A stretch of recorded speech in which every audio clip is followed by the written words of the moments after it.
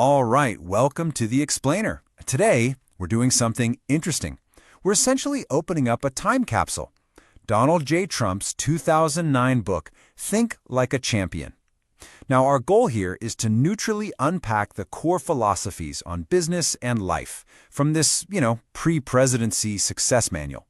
So let's just dive right in. So right off the bat, the book hits you with this idea from boxer Jack Dempsey. And really, this quote kind of sets the stage for everything else we're going to talk about. The core theme? It's not about avoiding failure. It's all about that relentless mindset, the will to get back up, especially when you feel like you just can't. Okay, so to make sense of all this, we're going to build what I'm calling the Champions Pyramid, based on the ideas in the book. We'll start at the bottom, right? The foundation. That's going to be mindset and preparation. Then we'll build up with the framework, which is all about taking action. And then we'll get to the very top, the apex, which covers dealing with problems and building your brand. All right, let's dig into the foundation of our pyramid. The book's central argument is that, really everything, it all starts with your internal philosophy. It's less about the specific things you do and way more about how you actually think about winning itself. So what exactly is this champion mindset, according to the book? Well, it's more than just ambition. It's described as this mix of intense focus, real discipline, and this constant drive to better your best. And there's a key point here. The book says winning isn't just a prize you get. It's actually a responsibility that you're expected to take on. Now, when it comes to positive thinking, the book's take is super pragmatic. This isn't some idealistic pie-in-the-sky thing. It's about daily conscious effort. And this is all captured perfectly in what it calls the brick wall analogy. The idea is an obstacle isn't a dead end, right? It's a puzzle. Your job is to figure out the solution. Do you go over it, under it, around it, or maybe just smash right through it? The point is, you find a way. Okay, let's move on to the second piece of our foundation, preparation. The book makes it pretty clear that a winning mindset is, it's pretty much useless if you don't have the groundwork in place to actually act decisively when the moment comes. And this quote from Napoleon, it really drives home a key point from the book. And that is, speed comes from preparation. Being able to think and act fast isn't some kind of magic trick. It's the direct result of doing all that homework, all that background work that lets you avoid surprises and get a jump on everyone else. When it comes to just being efficient, the book gives this really simple 4-step formula. It's attributed to the author's father, and it goes like this: get in, get it done right, and get out. It's presented as this super clear, no-nonsense way to tackle any task. Doesn't matter if it's big or small. All right, so we've got our foundation laid. Mindset and preparation are in place.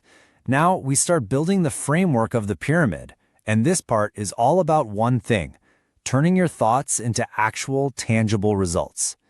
This is where that internal philosophy crashes into the real world and starts to build momentum. So, a huge part of taking action, the book argues, is how you communicate. And the advice is really strong here. Keep it short. Be concise. There's this little story about a businessman who gets just 3 minutes to make a pitch. 3 minutes! And he nails it, gets the deal. The lesson is pretty simple. Edit yourself down. Get to the point. Fast. And that leads us to this interesting story in the book. It was apparently inspired by a commercial, and it's all about taking bold action, but with a bit of a twist. It really makes you ask, how far would you go to make a point? But also, can you have a sense of humor about it? So the story goes, the author is there in a full suit on Fifth Avenue, and he's literally rummaging through a dumpster looking for a lost credit card. And a passerby sees him and apparently says, "And I thought he was doing so well." The book uses this story to make 2 points, really. 1, have the willingness to do whatever it takes. And 2, maybe more importantly, don't take yourself so seriously. Okay, we've made it to the top. We're at the apex of our pyramid now. And this is where it all comes together. It's where all that foundation work, all those principles about taking action, this is where you apply them to navigate the real-world stuff, the challenges, the crises that life and business are definitely going to throw your way. So here's a really interesting strategy from the book. It's about reframing your mindset. It says you should try to avoid the word fear because it just creates these mental blocks. Instead, try relabeling that feeling as a concern. What's the logic? Well, a concern feels manageable, right? It feels like something you can actually analyze, break down into smaller pieces, and solve objectively. It takes the power away from the emotion. And to really illustrate how to handle a major crisis, the book brings in this powerful story from investor Tom Barrack. He talks about a story he heard from the famous big wave surfer Laird Hamilton, about what it's like to survive a truly catastrophic wipeout. And the lessons from that wipeout are presented as a kind of guide for any crisis you might face. First, remain calm. Do not panic. Second, save your energy, what the book calls your dry powder. Third, don't fight the current. Just let it pass over you. And maybe the most important lesson of all, you have to know, deep down, that all your training has prepared you for this very moment. All right, that brings us to the final piece of our pyramid's apex, your brand. The book argues that after you've handled your mindset, your preparation, and your actions, the very last step is to cultivate a public reputation that is absolutely built on quality. And this Henry Ford quote, man, it just perfectly captures this philosophy. You can't build a reputation on what you are going to do. It's so simple, right? A brand, a reputation, it's not built on your plans or your promises or what you say you're going to do. It's built on cold, hard, tangible results. It's the sum of everything you've already done and the quality you deliver time and time again. So, for a really concrete example of this, the book points to the waterfall in the Trump Tower lobby. We're talking about an 80-foot waterfall that cost $2 million. And this detail, it's framed as proof of an uncompromising investment in a specific vision.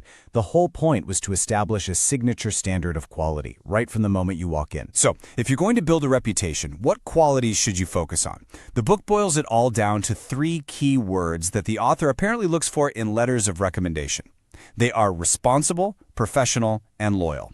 The suggestion is that if you can become known for those 3 things, you'll have an absolutely rock-solid foundation for your personal brand. And there you have it. That's the Champion's Pyramid, built entirely from the core ideas in this 2009 book. So just to recap, it all starts with that foundation, a resilient, prepared mindset.